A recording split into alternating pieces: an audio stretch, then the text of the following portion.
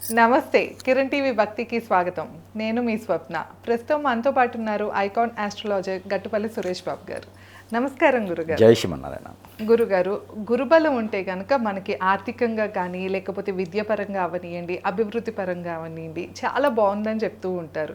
అలాంటి గురుబలం అనేది మనకు ఉండాలి అంటే ఏం చేయాలంటారు? ప్రస్తుతం ఈ 2026లో తీసుకుంటే ఏ రాశుల వారికి గురుబలం ఎక్కువగా ఉందంటారు గురుగారు? అలాగే గురుడు నీచంగా ఉంటే కనుక వాళ్ళు ఎలాంటివి చూస్తారు వాళ్ళ జీవితంలో? ఈ విషయాలన్నీ తెలియజేస్తూ పరిహారం కూడా చెప్పండి గురుగారు.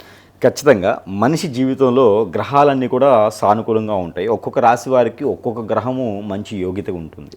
ఇప్పుడు ఒక్కొక్క రాశి వారికి శని బలం ఉంటుంది అనుకోండి, వారి జాతకంలో శని అనేది నీచలో ఉన్నా ఉచ్చలో ఉన్నా కూడా వారికి శని అంటే పడదు, కలిసి రాదు. ఒక్కొక్క రాశి వారికి శని బలం ఉన్నప్పటికీ శని వారికి అర్ధాశ్మ శని అయినా ఏలినాటి శని అయినా కూడా ఒక్కొక్క రాశికి బాగా కలిసి వస్తుంది. అలానే గురువు కూడా ఒక్కొక్క రాశి వారికి అద్భుతంగా కలిసి వస్తుంది. ఒక్కొక్క రాశిలోకి నీచలో ఉన్నా ఉచ్చలో ఉన్నా కూడా కలిసి రాదు. అంటే ఒక్కొక్క గ్రహము ఒక్కొక్క రాశి మీద ఒక్కొక్క నక్షత్రం మీద ఒక్కొక్క దశాంత దశలో కలిసి వస్తుంది, కలిసి రాదని చెప్పొచ్చు. ఇది పర్టికులర్గా పలానా రాశి వారికి పలానా నక్షత్రం వారికి అనేది లేదు. ముఖ్యంగా ఏ రాశి వారికైనా ఏ నక్షత్రం వారికైనా దశాంత దశల వారికైనా గోచార ప్రకారంగా గురువు ఏ స్థానంలో ఉన్నప్పటికీ కూడా వారికి గురుబలం నుంచి కానీ గురువుకు సంబంధించినటువంటి విధి విధానాలు కూడా వారికి కలిసి రావాలి అంటే ముందు ముఖ్యంగా మనం స్వచ్ఛందంగా ఉండాలి. అంటే మనం ఎవరి చేత హిప్నటిజం, బ్లాక్ మ్యాజిక్, వశీకరణ, బాగలముఖి లాంటివి చేయించుకోపడదు. అది ఎవరి చేత మరుగు మందు లాంటివి పెంచుకోపడదు. ఎఫ్ఐఆర్స్ లాంటివి ఉండకూడదు. అక్రమ సంబంధాలు లాంటివి ఉండకూడదు. ఎవరితోనూ దురుసుగా మాట్లాడకూడదు. ఎవరితోనూ విచ్చలవిడితనంతో ఉండకూడదు. పెద్దలని ప్రేమిస్తూ ఉండాలి. పెద్దలంటే ఊర్లో వాళ్ళని కాదు, మన ఇంట్లో వాళ్ళని ప్రేమిస్తూ ఉండాలి. మన ఇంట్లో ఆరాధిస్తూ ఉండాలి. వారి యొక్క నియమాలు నిష్టలు ఏవైతే ఉన్నాయో అవి పాటించుకుంటూ ఉండాలి. సనాతన ధర్మంలో విలువలు ఏదైతే ఉందో అది మనం కొనసాగిస్తూ ఉండాలి. అప్పుడే మనకి గురువు నీచంలో ఉన్న ఉచ్చంలో ఉన్న గురువు మన స్థానంలో అర్ధాంతరంగా చాటుకు వెళ్ళినా వేరే చెడు గ్రహాలతో కలిసి ఉన్న మన మీద గురువుకి సంబంధించిన అశుభ దృష్టి ఉన్న మనకి గురువుకు సంబంధించిన దశాంతశలు లేకపోయినా కూడా మనకి గురువు అనేది ఎప్పుడైతే మనం చేసేటువంటి కార్యక్రమాల వల్లనే గురు బలం అనేది ఎక్కువగా వస్తుంది. అలానే గురువు చూడటానికి శనిలాగా బద్ధకంగా ఉంటాడు. పనులు కూడా చాలా బద్ధకంగా చేస్తారు. కానీ ఒకసారి గురువు మన జాతకంలో కనుక ఒక పనిని చేయాలి, సాధించాలనుకుంటే కనుక ఖచ్చితంగా నిలబడేటువంటిది. మనం వేసే ప్రతి అడుగు కూడా స్థిరస్థాయిగా ఉండేటువంటిది. ఇప్పుడు చాలామందికి రోడ్లకు అటువైపున ఇటువైపున స్టాచ్యూస్ పెడుతూ ఉంటారు. ఈ స్టాచ్యూస్ గురు బలంలోనే వారు సాధించినటువంటి వాటికి గుర్తించి ఆ స్టాచ్యూస్ లాగా వెళ్ళిపోతుంటారు అన్నమాట. అంటే మనం ఉన్నా లేకున్నా మన గుర్తింపులు అనేది ప్రపంచానికి తెలియజేసే విధంగా ఉంటుంది. అది వారందరూ కూడా చెడు చేయలేదా, మంచి చేయలేదా కాదు, వారిలో గురుబలం ఉండటం ద్వారా వారు చేసే ప్రతిదీ కూడా ప్రజలు గుర్తుంచుకునే విధంగా ఉంటేనే వారికి అది అడుగుతుంది. ఇప్పుడు స్టాచ్యూస్ పెట్టుకుంటే మామూలు విషయం కాదు కదండి. ఇప్పుడు ఎంతో కొంతైనా మంచి పని చేస్తుంటేనే కదా స్టాచ్యూస్ పెడతారు. ఒకరికి నచ్చపోవచ్చు, 10 మందికి నచ్చే పని చేస్తేనే కదా స్టాచ్యూస్ పెడతారు. కాబట్టి గురువు వారిలో మంచి అధ్యయనంలో ఉన్నట్టు, వారికి గురుబలం బాగా ఉన్నట్టు, గురువు వారికి మంచి చేస్తున్నట్టు అర్థం అన్నమాట. అలానే మన మానవాళి జీవితంలో కూడా మనం అనుకున్నట్టుగా మనం గురుబలం కావాలి అనుకుంటే మనం ఉండేటువంటి తీరు, మనం ఉండేటువంటి పద్ధతి, మనం చేసేటువంటి ప్రతి చరణ కూడా 10 మందికి మెచ్చేలా లేకుండా అయినా మన ఇంట్లో వారికైనా మెచ్చుకునే విధంగా ఉండాలి. 10 మంది తిట్టుకునే వారైతే వారికి గురుబలం ఉన్న ఉపయోగం లేదు. 10 మంది మనల్ని పొగడకపోయినా పర్వాలేదు, అరే ఇతనితో వేరే వాళ్ళతో మాట్లాడు, పట్టించుకోడు, ఇతను పనితో చేసుకుంటాడంటే ఖచ్చితంగా స్టాచ్యూ పెట్టలేకపోయినా కూడా వారికి గురుబలం ఎక్కువగా ఉంటుంది. వారికి మరీ ఆ ఫుడ్ కూడా లేకుండా అయితే ఉంటారు. అంతే కాదు, ఈ గురుబలం రావాలంటే ఇదే ముఖ్యమైనటువంటి తీరు. ఇకపోతే జాతకంలో గురువు ఏ స్థానంలో ఉంటే పనిచేస్తుందంటే కొన్ని రాసుల వారికి గురువు 4వ స్థానంలో ఉన్నా, కొన్ని రాసుల వారికి గురువు ఏ స్థానంలో ఉన్నా కూడా సరే 4వ స్థానాన్ని చూడాలి. 4వ స్థానంలో శుక్రుడు ఉన్నాడా, గురువు ఉన్నాడా, బుధుడు ఉన్నాడా చూసుకోవాలి. ఆపోజిట్ సైన్ ఏది ఉందో దానికి 4వ స్థానాన్ని సూచిస్తూ ఉంటుంది. అప్పుడు సూచించినప్పుడు ఆ పవర్ అనేది 4వ స్థానంలో ఉన్నప్పుడు, ఇప్పుడు సపోజ్ మేషరాశి ఉందనుకోండి, మేషరాశి వారి 4వ స్థానం అనగానే మనకి కర్కాటక రాశి. ఈ కర్కాటక రాశిలో గురువు ఉన్నాడు అనుకోండి, ఇప్పుడు ప్రజెంట్కి ఇప్పుడైతే 2020 సంవత్సరంలో అయితే కనుక మే మాసం మొత్తం కూడా కర్కాటక రాశిలో గురువు ఉంటాడు. మళ్ళీ కూడా వెనకంజులో బుధుని దగ్గరికి వస్తాడు అనమాట. ఇప్పుడు ఎక్కడికి మిథున రాశిలో గురువు వస్తాడు. ఈ మిథున రాశిలో గురువు రాగానే మళ్ళీ 3వ స్థానంలోకి వెళ్ళిపోతాడు గురువు. 3వ స్థానంలో గురువు అంటే అన్నదమ్ముల మధ్యన గొడవలు అవటం కానివ్వండి, మేషరాశి వారికి అయితే అన్నదమ్ముల మధ్య గొడవ అవటం కానివ్వండి, ఏదనుకున్నా ముందుకు వెళ్ళలేకపోవటం కానీ, సాధించాలని కోరిక ఉంటుంది, ఆశ ఉంటుంది. అంటే కోరికలేమో కొండలు దాటుతాయి, గాళ్ళేమో గడపలు దాటవు. అనే విధంగా వీరికి ఉంటుందన్నమాట. అదే 4వ స్థానంలో గురువు ఉన్నాడు అనుకోండి, ఖచ్చితంగా వారికి సహాయం అందుతుంది. స్నేహితుల నుంచి, బంధువర్గుల నుంచి కూడా మీరు వెళ్ళండి, నేను ముందు మీరు వెళ్తే నేను వెనుకుంటా అని చెప్పేసి అందరికీ సహాయ సత్కారాలు అందిస్తూ ఉంటారు. మార్పు రావడానికి, మనిషి జీవితంలో మార్పు రావడానికి వాతావరణం లానే ఉంటుందండి. ఎండ బాగా ఉంటుంది, ఉండంగా ఒకేసారి మేఘాలు కమ్ముకుంటాయి, వర్షం పడిపోతుంది, మొత్తం ప్రపంచం చల్లబడిపోతుంది. వర్షం పడిన ప్రతి దగ్గర కూడా చల్లబడిపోతుంది. గురువు కూడా మానవ జీవితంలో అలా వచ్చాడు అంటే మాత్రము మిరాకిల్ అనుకోవచ్చు. అప్పటికప్పుడే తిరిగిపోతుంది. మీరు తెలుసో తెలియకో ఉదయాన్నే ఒక లాటరీ టికెట్ కొంటారు, అందరూ వెళ్ళి కొనుక్కున్నారు, మళ్ళీ ఇబ్బంది పడతారు. లాటరీ టికెట్ కొంటారు, సాయంత్రానికి గురువు మారిపోయాడు. లాటరీ టికెట్ కొన్నప్పుడు గురువు మీకు నీచంలోనే ఉన్నాడు. లాటరీ టికెట్ కొన్న తర్వాత సాయంత్రం మీకు గురువు మారాడంటే తెల్లవారిన తర్వాత లాటరీ టికెట్ మీకు తగిలిపోద్ది. అది లక్ అనమాట. మొన్న ఈ మధ్య మీరు చూసినట్టే దుబాయ్ లాటరీ, కేరళ లాటరీ చాలా మందికి తగులుతూ ఉన్నాయి. అలా అని చెప్పేసి కొంతమంది కోట్ల రూపాయలు పెట్టి నష్టపోయి ఉన్నారు.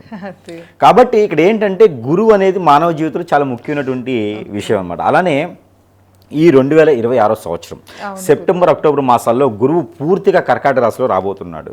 ఈ కర్కాటక రాశిలో వచ్చిన తర్వాత 16 మాసములు గురువు ఆ కర్కాటక రాశిలోనే సంచరిస్తూ ఉంటారు. మధ్యలో వచ్చేసి మిథున రాశికి వెళ్తుంటాడు, మధ్యలో ఒకసారి సింహరాశికి వస్తుంటాడు. కానీ వచ్చినప్పటికీ 16 రోజుల నుంచి 31 రోజు మాత్రమే ఉంటారు.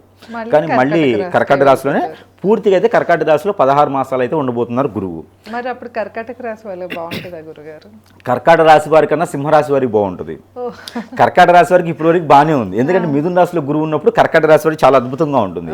ఈ స్వస్థలం ఉన్నాడు కాబట్టి వారికి గురుబలం అయితే వస్తుంది. కర్కాటక రాశి వారికి 360 డిగ్రీలు రాసినటువంటి గురువు కర్కాటక రాశిలో రాగానే 210 డిగ్రీకి వెళ్ళిపోతాడు.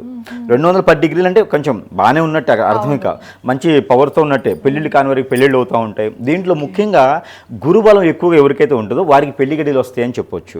అలానే శుక్రబలం ఎవరికైతే ఎక్కువగా ఉంటుందో వారికి కూడా పెళ్లి గడియలు వస్తాయని చెప్పొచ్చు. ఈ గురుబలం వచ్చేసి మనకి ఎక్కడంటే గోచార ప్రకారంగా, నవాంశాల ప్రకారంగా మనం చూసుకున్నట్టయితే కనుక గురువు 4, 6, 9 స్థానంలో ఉన్నారనుకోండి.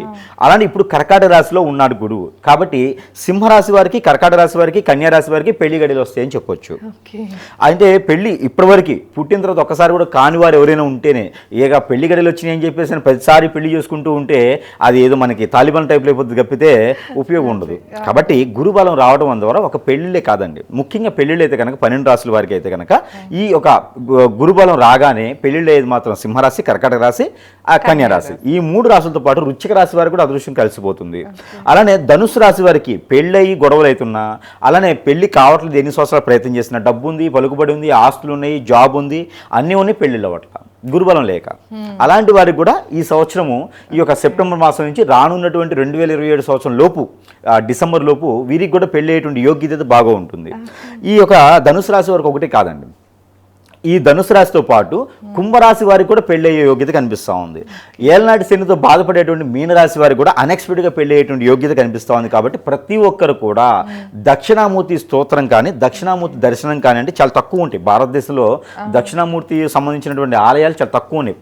ఏదన్నా విగ్రహాలు తీసుకొచ్చి ప్రతిష్ఠించేసి చేసేటువంటి విగ్రహాలు తప్పితే దక్షిణామూర్తి అయితే కనుక చాలా అరుదుగా ఉన్నాయి. మనకి ఇప్పుడు ఆంధ్రాలో అయితే కనుక కోటప్ప కొండలో ప్రాసిద్ధించినటువంటి విగ్రహాలు అయితే ఉన్నాయి. కోటప్ప కొండలో అయితే దక్షిణామూర్తి విగ్రహము మనం స్వామివారి దగ్గరికి వెళ్ళక ముందే మనము కొండ ఎక్కుతాము, కొండ ఎక్కగానే లెఫ్ట్ సైడ్లో ఉంటుంది, స్వామివారి మెట్లు ఎక్క ముందు లెఫ్ట్ సైడ్లో ఉంటుంది. అలానే తెలంగాణ రాష్ట్రంలో కూడా మనకి కరీంనగర్ డిస్టిక్లో పెద్దపల్లి సమీప దూరంలో కూడా ఆ దక్షిణామూర్తి ఆలయం అయితే ఒకటి ఉన్నది. అక్కడ కూడా చాలా ప్రాసిద్ధిగా చెందింది. అక్కడ పూజలు, హోమాలు కూడా ఇట్లా చేసేటట్టు కనిపిస్తుంది. తర్వాత కొండగట్టులో ఒకటి దక్షిణామూర్తి విగ్రహం అనేది ప్రతిష్ఠించినటువంటి విగ్రహం అయితే ఒకటి కనిపిస్తూ ఉంటుంది. అలానే కర్ణాటకలో కూడా ఒకటి మనకి ధర్మస్థలి దగ్గర దక్షిణామూర్తి యొక్క ఆలయం అయితే మనకు కనిపిస్తూ ఉంది. మన భారతదేశంలో అయితే కనుక ప్రాచీనటువంటి ఆలయాలు కావాలంటే దక్షిణామూర్తి సంబంధించిన ఈ 3 రాష్ట్రాల్లో అయితే కనుక సమీపంలో దక్షిణామూర్తి ఆలయాలు అయితే కనిపిస్తూ ఉంటాయి. దాంతోపాటు దక్షిణామూర్తికి గురువుకి అనుసంధానంగా ఉంటుంది అన్నమాట. దక్షిణామూర్తి అంటే వేరే ఎవరో కాదు, శివుని యొక్క మరొక రూపమే దక్షిణామూర్తి. గురువు గ్రహానికి సంబంధించినటువంటి అధిపతి దక్షిణామూర్తి. అలానే గురువారం ఉదయం 5:30 నుంచి 6:30 లోపు అక్కడ అభిషేకాలు చేస్తారు. నేను చెప్పినట్టు 3 స్థలాల్లో కూడా అభిషేకాలు, అర్చనలు చేస్తారు, పొట్టు వస్త్రాలు సమర్పించుకోవచ్చు. ఆ అభిషేకంలో పాల్గొన్న వారికి ఎన్నో రకాల గురువు సంబంధించినటువంటి యోగ్యత కూడా వారికి లభ్యపడుతూ ఉంది. గురువు నీచులో ఉండటం వల్ల ఆరోగ్యం సహకరించదు, బాడీలో బ్లడ్ సర్క్యులేషన్ అవ్వదు, బద్ధకంగా మొండిగా వెళ్ళిపోతూ ఉంటారు, మాట వినరు, పని చేయరు, మొద్దుబారిపోయినటువంటి మైండ్ ఉంటుంది. అలానే ఈ గురుబలం మనకి లేదు అనుకోండి, మనకు అర్థమైపోద్ది బాడీలో మన ఫేస్లో అట్రాక్షన్ ఉండదు. అంటే ఎదుటి వారిని ఎవరైనా పలకరిస్తే కూడా బాబోయ్ వీటితో పెట్టుకోకూడదు నాయన అని వెళ్ళిపోతూ ఉంటారు. ఎవరిని పలకరిస్తే వాళ్ళు దూరం అవుతూ ఉంటారు. ఇవన్నీ కూడా ఏదో సమస్య ఉంది, నా జాతకం బాగాలేదు, నేను ఎదగలేకపోతున్నాను అనుకుంటారు. ఏంటంటే మనిషిలో గురుబలం అనేది చాలా ముఖ్యమైనటువంటి ఘట్టం అనమాట. మనకి లివర్స్ కిడ్నీస్ పాడైపోతూ ఉంటాయి, ఆ లివర్ యూట్రస్ ప్రాబ్లమ్స్ వస్తూ ఉంటాయి, స్టమక్ రిలేటెడ్ సమస్యలు వస్తూ ఉంటాయి. బుధుడు నీచలో ఉన్నా గురువు నీచలో ఉన్నా కూడా ఏకదాటిగా ఒకే రకమైనటువంటి పరిణామాలు మనకి లభిస్తూ ఉంటాయి అనమాట. గురుబలం మనకి లేకపోతే పెళ్ళిళ్ళవు, పెళ్ళిళ్ళైన పిల్లలు పుట్టరు, పెళ్ళి అందరూ ఉన్నా కూడా భార్యభర్త విడిపోవటం, ఎవరో ఒకరి మధ్యలో వచ్చి వాళ్ళ జీవితంలో నిప్పులు పోయటం, ఇలాగా అందరినీ చేదుడు వాదుడు కాకుండా చెట్టుకోలు కొట్టుకోలు చేసే విధానం ఉంటుంది. అలానే గురుబలం మనిషి జీవితంలో 9వ స్థానంలో ఉన్నారనుకోండి, వారికి పట్టిందల బంగారమే ఉంటుంది. వారు అనుకున్నటువంటి సాధిస్తూ ఉంటారు. గోచార ప్రకారంగా కనుక గురువు 9వ స్థానంలో ఉంటే, ఏ రాశి వారికైనా సరే గురువు 9వ స్థానంలో ఉంటే కనుక వారికి పట్టిందల బంగారం ఉంటుంది. గురుబలం ఎక్కువ ఉంటే స్థిరాస్తులు వస్తాయి. వారు పుట్టకముందే ఆస్తిపరులు ఉంటారన్నమాట. ఇప్పుడు ఒక సీఎం కొడుకున్నారనుకోండి, వారికి గురుబలం ఉందా అని అడగవచ్చు. అంటే గురుబలం ఉంటేనే పుట్టాలని లేదు, కానీ గురుబలం ఉన్న వారికి మాత్రం పుట్టుకతోనే వాళ్ళు కోటీశ్వరులుగా ఉంటారు అన్నమాట. మంచి పేరు ప్రఖ్యాత హోదా ఉంటుంది. ఇప్పుడు చూడండి, పండిత పుత్ర పరమసుంట అన్నట్టు ఒకటి ఉంటుంది. అంటే సీఎం కొడుకు సీఎం అవ్వాలని లేదు కదా, అంటే తనకు గురుబలం ఉండాలి. ఆస్తులు ఉండగానే సరిపోదు, తను తినగలగాలి కదా.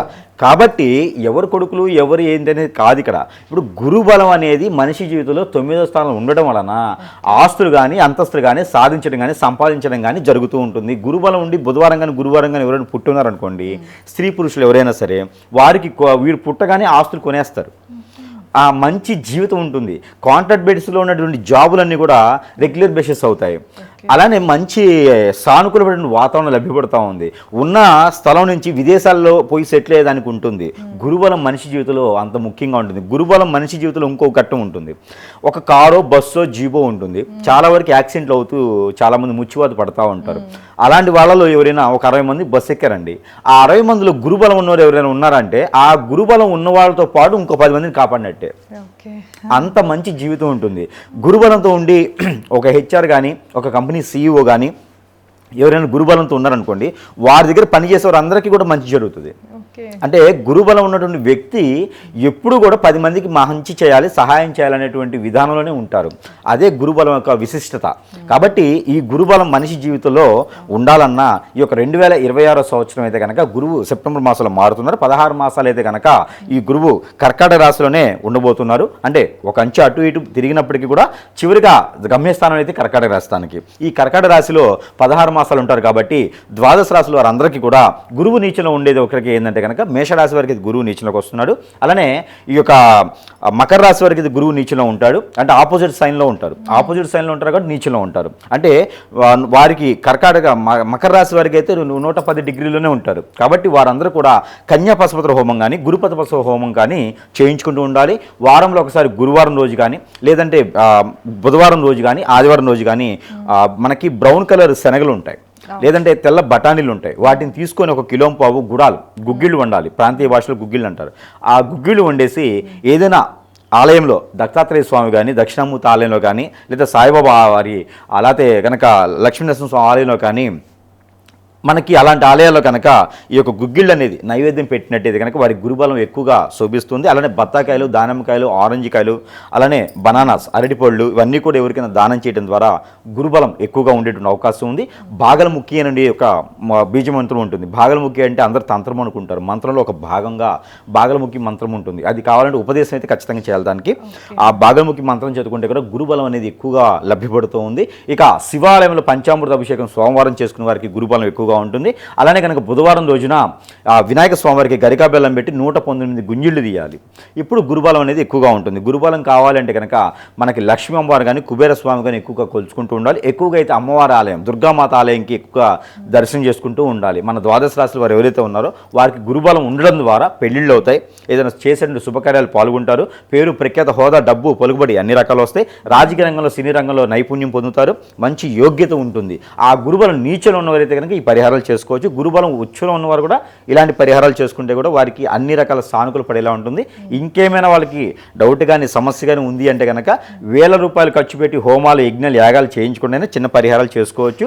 గురుబలం బాగా పొందాలనుకుంటే కనుక గోధుమలు 1 కిలోంపావు, జొన్నలు 1 కిలోంపావు, ఉలవలు 1 కిలోంపావు, బఠానీలు 1 కిలోంపావు తీసుకొని ఎక్కడైనా సమీప దూరంలో ఉన్నటువంటి గురువు గారి దగ్గరికి వెళ్ళేసి వారికి దానం ఇచ్చేయాలి. దానం ఇచ్చిన రోజున కారికి నమస్కారం చేయకూడదు. ఎప్పుడైనా ఒకసారి పసుపు కొమ్ములు తెచ్చుకొని ఇంట్లో ఆడవారైతే కనుక పసుపు కొమ్ములు ముందు రోజు తెచ్చుకోవాలి. బుధవారం రోజున తెచ్చుకొని ఇంట్లో నానపెట్టుకొని తెల్లవారు లేచిన తర్వాత ఆ మిక్సీ పట్టేసుకొని ఆ పసుపు కొమ్ములు గౌరీమాతను చేసుకోవాలి.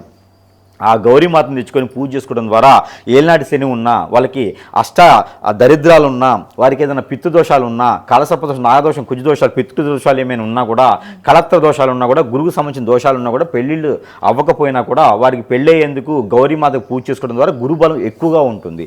ఆ పసుపు కొమ్ము ఎప్పుడైతే తెచ్చినామో ఆ రోజు నుంచి గురుబలం ఎక్కువగా ఉంటుంది. చింతాకు ఎక్కువగా తింటే చాలా మంచిది వారు, మునగాకులు ఎక్కువ తింటే చాలా మంచిది వారు, మునక్కాయలు తిన్నా కూడా గురుబలం ఎక్కువగా వస్తుంది. ఇంకా కూడా గురువుకు సంబంధించిన విధానం నేను మర్చిపోయి ఉన్నా, వారికి ఇంకేదైనా సమస్య ఉన్నా కూడా సంప్రదించవచ్చు. తప్పకుండా గురుగారు. పరిహారాలతో సహా గురుబలం పెంచుకోవటానికి మనకి ఎన్నో సలహాలు అయితే గురుగారు తెలియజేశారు. అలాగే ముఖ్యంగా ఈ సంవత్సరంలో గురుబలం ఎక్కువ ఉన్న రాసులు కూడా మనం తెలుసుకున్నాం కదా. ఇంకా మీరు ఎలాంటి సమస్యతో ఇబ్బంది పడుతున్న గురుగారిని సంప్రదించాలి అంటే కింద స్క్రోల్ అవుతున్న నెంబర్కి కాంటాక్ట్ అవ్వచ్చు. ధన్యవాదాలు. నమస్కారం గురుగారు.